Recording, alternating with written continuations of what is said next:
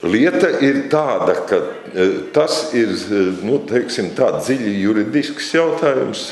Ir jau pie tā strādājuši vairāki juristi, ir it kā atraduši tādu pieturas punktu, ka likumā ir rakstīts, ka šim koeficientam ir jāpalielina pensijas sākotnējais kapitāls.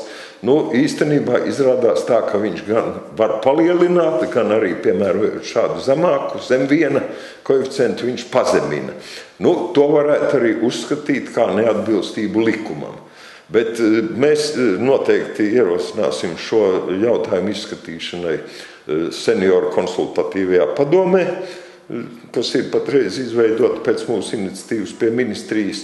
Un es domāju, ka faktiski visvienkāršākais būtu atrast to risinājumu tieši valdības līmenī, lai jautājums nebūtu jāvirz uz Satversmes tiesu. Bet šobrīd jau ir faktiski sagatavots tāds iesnieguma variants Satversmes tiesai.